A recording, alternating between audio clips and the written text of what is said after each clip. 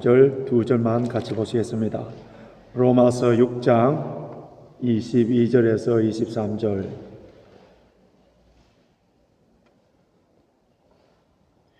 우리 한 목소리로 같이 읽습니다. 그러나 이제는 너희가 죄에게서 해방되고 하나님께 종이 되어 거룩함에 이르는 열매를 얻었으니 이 마지막은 영생이라. 죄의 삭은 사망이요 하나님의 은사는 그리스도 예수 우리 주 안에 있는 영생이니라. 아멘. 우리 인간의 일생을 생로병사라고 표현하기도 합니다. 사람이 태어나고 나이 들어 늙고 그리고 병들어서 죽는다는 겁니다. 이런 인생 무상의 인생관으로 이 세상을 사는 그러한 사람은 삶 그 자체를 고통으로 봅니다. 그래서 불교에서는 이런 고통의 인생에서 벗어나는 것이 해탈이다 이렇게 합니다. 그래서 인생을 고해 고통의 바다라고 하여서 사람으로 태어난 그 자체가 비극이고 그리고 아주 슬픈 일이라고 그렇게 표현합니다. 그러나 우리 그리스도인들에게 있어서는 인생은 하나님께서 계획하시고 하나님의 목적에 의해서 탄생되기 때문에 우리 인간이 태어나는 것은 하나님의 축복이고 하나님의 은혜예요. 현재의 우리의 삶이 형통하든 고난이든 건강하든 질병 가운데 어려움을 당하든 부하든 가난하든 이런 것에 얽매이지 아니하고 예수 그리스도 안에 있는 사람, 예수 그리스도 안에 있는 사람들은 항상 기뻐하고 범사에 감사하면서 살게 되고 뿐만 아니라 우리의 미래는 밝아요. 그렇기 때문에 그리스도인들의 삶은 진취적이고 긍정적이고 미래지향적인 삶이에요. 그래서 하루하루에 사는 것이 황홀하다는 고백을 할 수밖에 없는 것이 바로 그리스도인의 삶입니다. 우리 그리스도인의 삶은 7, 80, 90 이 세상의 삶으로 끝나는 것이 아닙니다. 영원한 영생을 바라보면서 살고 있기 때문에 그래서 천국에서 주님의 상과 칭찬을 받기 위하여서 사는 삶이기 때문에 그래서 이 세상 사람들처럼 자신의 욕망을 따라서 아무렇게나 사는 그런 존재가 아니라 하루하루의 삶이 주님과 동행하며 말씀에 순종함으로써 살기 때문에 영혼과 연결시키는 삶을 살기 때문에 성실하며 최선을 다하며 하나님의 말씀에 순종하면서 사는 것이 바로 우리 그리스도인의 삶이라 할 수 있습니다. 미국의 신학자이며 사회학자인 토니 캄플러 박사는 95세 이상 된 사람들 50명에게 만약 당신에게 다시 한번 살 수 있는 삶의 기회가 주어진다면 어떻게 살기를 원합니까? 라는 질문으로 앙케이트 조사를 해서 발표한 적이 있는데요. 그들은 한결같이 첫 번째로 꼽은 것이 날마다 반성하는 삶이라 했습니다. 아무런 되새김 없이 무심결에 흘려보낸 자신의 시간들을 후회한다는 거예요. 두 번째는 용기 있는 삶이었습니다. 눈앞에 이익을 쫓아서 양심을 버리고 불의와 타협한 자신의 그 선택이 얼마나 어리석었는가. 이제 나이가 95세 넘어가니까 비로소 깨닫더라는 거예요. 마지막 세 번째는 죽은 후에도 무언가 남는 삶이라고 대답했는데요. 자신의 일평생 삶의 목표를 세우고 힘들게 열심히 쫓아왔지만은 그러나 그게 다 물거품처럼 사라지더라. 그러니까 일평생 동안 삶의 목표를 갖고 열심히 살아왔는데 허망하더라는 거예요. 다시 삶이 주어진다면은 영원한 것, 가치 있는 것 이런 것을 분명히 남겨놓고 살겠노라고 이렇게 고백을 했다는 거예요. 그러나 안타깝게도 그들에게는 다시 살 수 있는 인생이 주어지지 않았습니다. 한때 우리나라 고등학교 3학년 국어 교과서에 실렸던 로버트 프로스트의 가지 않는 길, 그 시를 아마 기억하시는 분들이 있을 거예요. 그 시의 내용을 간단히 말씀드리면은 숲속에 두 갈래 길이 있는데 두 길을 동시에 갈 수가 없어서 한 길만 택할 수밖에 없었노라. 그리고 훗날에 나는 어디선가 한숨을 쉬며 이야기할 것입니다. 그것 때문에 모든 것이 달라졌다고. 그것 때문에 모든 것이 달라졌다고. 1980년대에 LG전신인 금성 가전제품의 광고, 그 당시 유명한 광고 기억나죠? 순간의 선택이 10년을 좌우합니다. 가전제품 하나 잘못 해놨더니 10년 동안 수리하러 다닌다고 고생하고 그런 적이 우리나라에 있었지 않았습니까? 가전제품이 아니라 우리 인생이 잘못 선택하면 어떻게 되는 거예요? 영혼까지 좌우되는 거예요. 그렇기 때문에 내가 선택하는 길이 생명의 길이냐, 사망의 길이냐, 하나님의 영광을 위한 길이냐, 아니면은 나의 욕망을 위한 길이냐, 이 분별을 갖고 지혜롭게 선택해야 돼요. 아마 우리 가운데 이번 주에 중요한 것을 선택해야 되는 그런 분들이 있을 거예요. 내 지혜와 내 경험이 아니라 어떻게 해요? 하나님의 지혜를 구해야 돼요. 금식하면서 기도하면서 하나님께서 지혜를 달라고, 올바른 선택을 하게 해달라고, 내 욕망이 아니라 영혼과 연결되는 하나님의 나라와 의를 위하여서 먼 훗날 그날 선택이 정말 하나님의 은혜였습니다. 후회됨이 없는 선택이었습니다. 그렇게 하기 위해서는 하나님의 지혜를 구해야 됩니다. 미국 웨슬리 대학 그 입구에 해시계가 하나 있는데 그 해시계 위에 이제 글자로 새겨진 시가 하나 있다고 합니다. 너가 서 있는 자리에서 과거는 어떻게 할 수 없고 미래도 할 수 있는 것이 없고 내가 할 수 있는 것은 현재밖에 없다.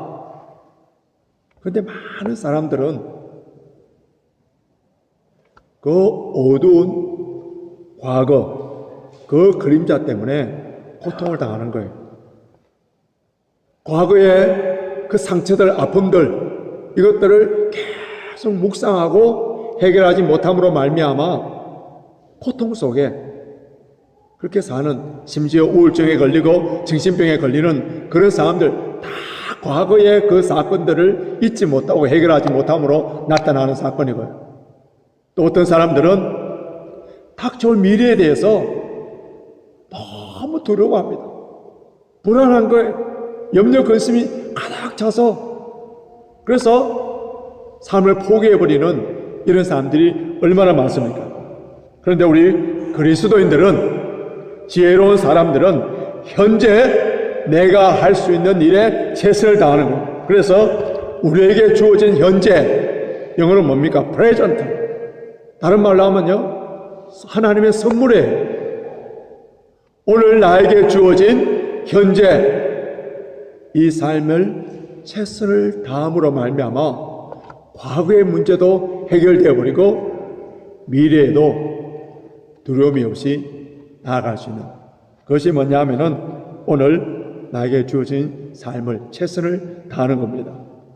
우리 성도의 일생을 성경에서 가장 잘 표현해 주고 있는 것이 오늘 우리가 읽은 이 본문의 말씀인데요. 우리 그리스도인의 삶의 여정을 과거, 현재, 미래, 이 3단계로 나눌 수가 있는데, 이것은 시간적인, 우리의 신분적인 그러한 것에 대한 구별이 될 수 있습니다. 22절, 오늘 본문 22절 다시 보십시오. 그러나 이제는 현재 상태 이전에 과거에 우리가 어떠한 상태, 어떠한 존재였는가, 우리의 신분이 어떠한가. 그 다음에 나오죠. 너희가 죄에게서 해방되고, 우리의 옛사람, 과거는 어떻다고요? 예수 믿기 이전에는 다 죄의 종이었다는 거예요. 이러한 죄의 종을 현재 하나님의 종, 하나님의 백성, 우리 존재의 변화, 신분의 변화, 우리 가치관의 변화를 주셨다는 겁니다.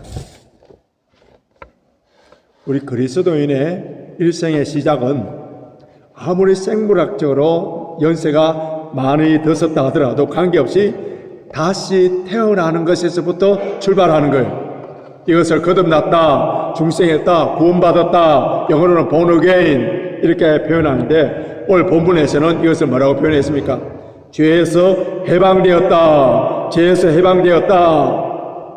우리가 그리스도인 하나님의 자녀, 죄에서 해방되는 칭이 어렵게 된 것, 오직 하나님의 은혜, 저와 여러분들이 열심히 노력하고 선행을 베풀고 이런 것을 통하여서 이루어진 것이 아니라 오직 하나님의 선물입니다. 예수를 믿는 그 순간 우리는 하나님의 자녀가 되었고 우리를 속박하던 죄, 우리에게 왕노라고 끊임없이 우리를 통치하여서 죄악에 질질 끌려갈 수밖에 없는, 죄에 중독되어서 살 수밖에 없는 우리들을 해방시켜 주셨습니다. 오늘 본문에서 죄에서 해방됐다, 너희가 죄에서 해방되고 하는 이 말씀은 과거 수동태로 되어 있어요. 나의 일생의 과거에 한 번 유일한 사건을 말하고 있습니다. 우리 인간은 육신적으로 태어날 때는 다 아담의 원죄를 갖고 태어나기 때문에 다 죄의 종이에요. 이 세상에 의인으로 태어나는 사람이 하나도 없습니다. 모두가 죄의 종입니다. 그 죄의 대가는 뭐라고요? 사망이에요. 우리가 구원받기 이전에 우리의 주인은 죄예요. 사탄이에요. 죄가 우리 왕이었기 때문에 죄가 통치했습니다. 죄의 노예로 살 수밖에 없는 그런 존재였습니다. 그래서 우리가 하는 일, 윤리적으로, 도덕적으로, 교양 있고, 했다 하지만 하나님의 관점에서는 다 죄인이에요. 오늘 우리 세례받았던 그분들에게 지금까지 살아온 것에 대해서 죄인인 것을 고백합니까? 할 때에, 목사님, 저는 남의 해코지도 하지 아니하고, 그래서 죄인이 아닌 것 같습니다. 그렇게 하는 거예요. 죄인이라 해야 그 다음 단계가 나가는데, 제가 그랬습니다. 예수 그리스도를 믿지 않는 것부터 죄인입니다. 그리고 알게 모르게 지은 것도 죄고, 마음으로 생각하는 것까지도 다 죄입니다. 그렇게 했더니 그분이, 목사님, 지금까지 제가 예수를 믿지 않고 살아온 것 죄인인 것을 고백합니다. 예수의 보혈로 용서해 주시기 바랍니다. 그런 기도를 하시는 거예요. 인간은 다 죄인으로 태어난 거예요. 그런데 영원히 지옥불에 떨어질 수밖에 없는 우리 죄인을 오직 하나님의 은혜로, 십자가의 사랑으로 우리를 구원하여 주셔서 하나님의 종으로, 하나님의 백성으로 살 수 있도록 해주시고 영원한 형벌을 받지 아니하도록 해주신 이보다 더 좋은 복이 어디에 있습니까?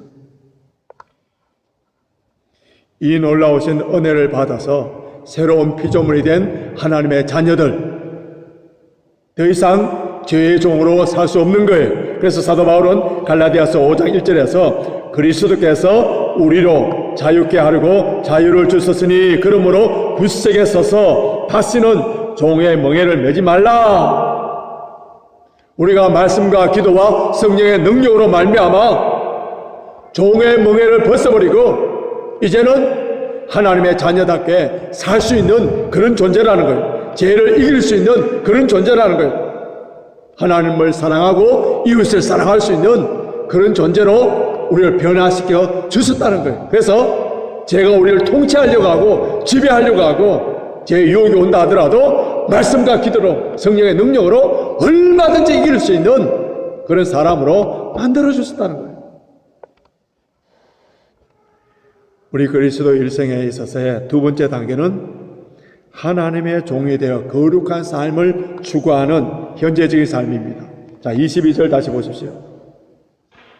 그러나 이제는 너희가 죄에게서 해방되고 하나님께 종이 되어 거룩함에 이르는 열매를 얻었으니, 하나님의 종이 되어 우리의 신분이 바뀌어졌었어요. 죄의 종에서 하나님의 종으로. 고대 사회에서 노예를 해방시켜 주려고 하면은 값비싼 돈을 주고 그 노예를 삽니다. 우리 모두 다 죄의 노예였는데 우리 주 예수 그리스도의 보혈로 값비싼 대가를 치르고 우리를 사신받아서 하나님의 자녀로 만들어 주셨어요. 우리의 주인은 누구라고요? 예수 그리스도입니다. 그래서 고린도전서 6장 19절에서 20절, 너희는 너희 것이 아니라 값으로 산 것이 되었으니 그런즉 너희 몸으로 하나님께 영광을 돌리라. 우리 몸이 누구 것이라고요? 옛날에는 죄의 사탄의 것이었어요. 질질질질 끌려다니는 몸이었습니다. 이제는 값주고 사신받은 성령에 가하는 전으로서 하나님께 영광을 돌려야 되는 거룩한 몸으로 만들어주신 거예요.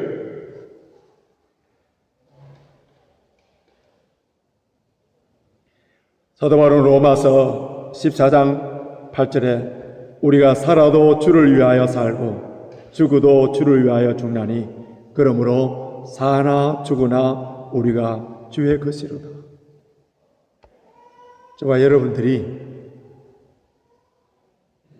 일주일 동안 세상에서 이렇게 살다가 여러분 언제 내 영혼이 춤을 추면서 언제 행복하고 그렇게 즐겁고 기쁩니까?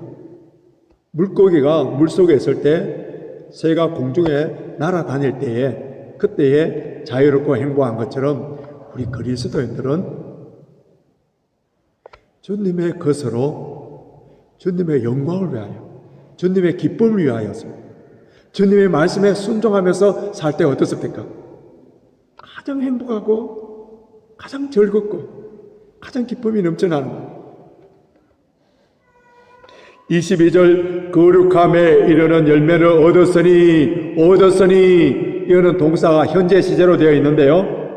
물론 최종적이고 완성된 거룩은 우리 미래에 이루어집니다. 그러나 현재 그리스도인 구원받은 하나님의 자녀들은 점점 더 거룩해져가는, 즉 신학적 용어로 성화의 삶을 살아야 되는 그런 존재예요. 성도의 삶의 목적 거룩의 능력이 있는 거예요. 성화는 한꺼번에 이루어지는 거 아닙니다. 칭의는 과거에, 아까 과거 수동태로서 과거의 한 번의 사건으로서 이루어진 겁니다. 그런데 성화는 점점 우리 아이들이 태어난 후에 하루아침에 다 자라는 겁니까? 아니죠. 결혼할 때까지, 결혼해서도 계속적으로, 아니 나이 들어서 무덤에 들어갈 때까지 우리는 계속적으로 성장해 가야 되는 그런 존재예요. 몇 년 전에 브리티시 위클리라는 신문, 영국의 크리스찬 신문입니다.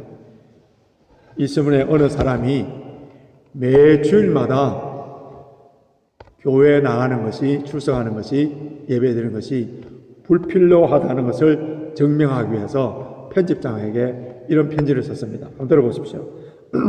목사님들의 설교를 준비하기 위하여 많은 시간을 투자하는 것으로 알고 있습니다. 저는 지난 30년간 주일은 거의 빠지지 않고 교회를 갔습니다. 그동안 들었던 설교가 약 3,000번 정도가 됩니다. 그러나 제가 놀라운 일은 그 설교 중에 단 한 편도 기억할 수 없다는 겁니다.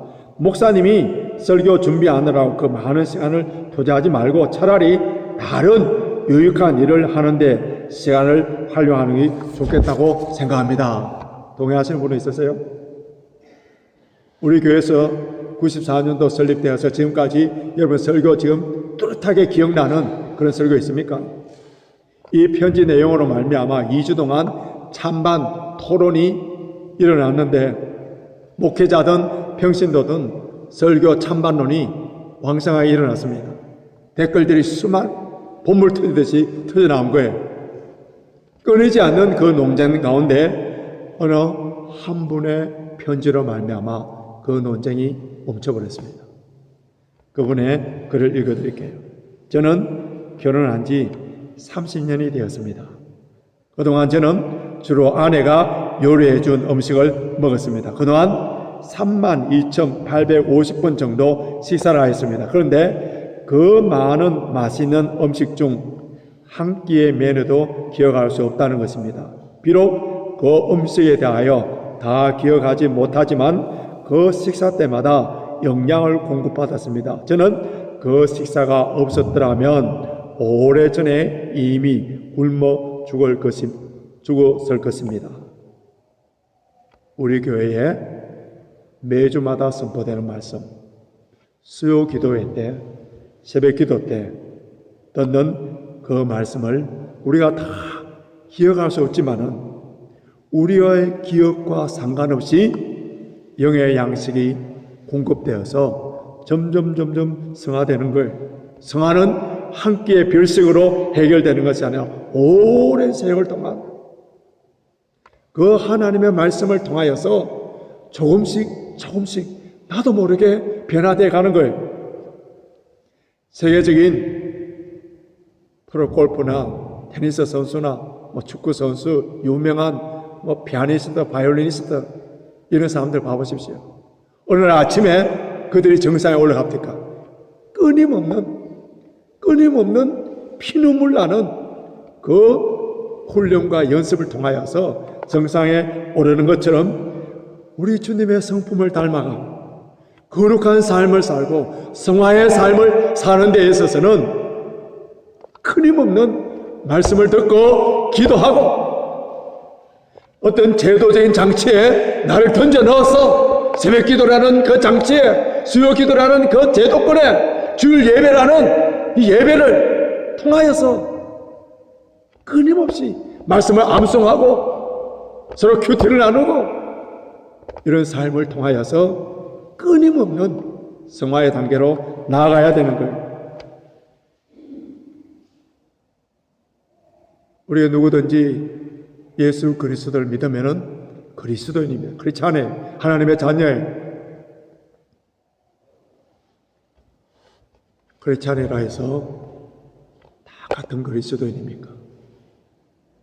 런던을만 하더라도 교회가 50개가 넘는다 합니다. 교회를 해서 다 같은 교회입니까? 저는 우리 교회에 오늘 칼럼에도 적었습니다마는 앞으로 교회가 한국 교회뿐만 아니라 우리 이민 한인 교회들 이제 플로팅 크리스찬들이 많아가고요. 한 교회에 소속돼서 설교 듣는 것보다도 다른 교회 목사님 설교 듣고 다른 교회 목사님을 통해서 새벽 기도하고 이런 한 사람이 두세 개 교회에 이렇게 말씀을 통해서 공급받는 이런 세대가 온 거예요. 그래서 지금 이 세대는 한 교회에 희생하고 섬기고 그런 시대가 점점 멀어져 가고 있습니다. 이것이 한국교회에서 현실로 절실하게 지금 나타나고 있습니다. 우리 레인지파교회 소속된 성도들이 월드 클래스의 크리스찬으로 일당백을 감당할 수 있는 그런 기도원의 300명의 용사가 되기 위해서는 그냥 바람 부는 대로 물결 흘러가는 대로 따라가고 조그만 일에 시험 들고 상처를 받는 이런 크리스찬들이 아니라 능력 있는 명품 크리스찬들이 되기 위해서는 어떻게 돼야 된다고요? 내 자신이 거룩하고 성령 충만케 돼야 됩니다. 이것이 어디에서부터 나타나야 되느냐? 교회의 부흥, 교회의 능력, 이것은요 어디서부터 출발이냐? 가정이에요. 오늘 칼럼에 여러분 집에 가서 꼭 읽으시기 바랍니다. 우리 크리스찬의 아이덴티티, 우리 코리안, 한국말을 능통하게 하면서 코리안의 아이덴티티 이 다 갖출 수 있는 것이 어딘지 아세요? 가정예배. 내년도에 목회 계획에 있어서 가정예배 이걸 강조할 거예요. 가정에서 잠언 하나를 읽고, 오늘 9일입니까? 9장을 읽고 그 받았던 은혜를 자녀들과 한국말로 나누고 소그룹이 왕성하게 일어나는 교회, 가정 예배가를 든든하게 세우는 교회, 코로나가 아니라 어떤 환난과 역경 가운데서도 든든하게 서가는 교회라 있습니다. 가정에서부터 예배가 회복돼요. 아무리 바빠도 자녀들과 함께 우리 모국으로, 왜 우리가 코리안으로 태어났습니까? 유대인으로 태어나지 아니하고 우리 모국으로 가정 예배를 드리고, 너는 크리스찬이야, 너는 코리안이야, 코리안의 아이덴티티 부끄럽습니까? 제 자랑이 아니라 우리 아들, 딸은 다 보딩스쿨이에요. 한국말을 하나도 할 수 없는 그런 조건이었습니다마는 가정 예배를 통하여 잠언을 읽으면서 한국말을 하고, 우리 은설이는 제 설교를 통역할 정도로, 우리 아들 보십시오, 한국에 가서 근무할 정도로. 이게 다 어디에서 일어날 수 있느냐? 가정 예배. 우리 자녀들 보십시오. 우리 자녀들이 지금 주일학교 교사로 봉사하고 한교회 부모님과 함께 아름답게 섬기는 것, 이 모든 역할들을 감당할 수 있는 것은 가정 예배. 우리 교회의 모든 성도들이 가정 예배가 살아나야 교회가 살 수 있고, 가정 예배가 다시 회복돼야만이 대대손손이 믿음의 명분 가문을 이룰 수 있는 거예요. 우리 일생에 있어서 세 번째 단계는 우리 미래인데요. 미래는 행복한 종말입니다. 성경에서 뭐라고 했냐면 영생이라 했습니다. 자, 22절 보십시오. 22절 하반절 보면은 마지막은 영생이라. 그리고 23절 마지막 보십시오. 그리스도 예수 우리 주 안에 있는 영생이니라.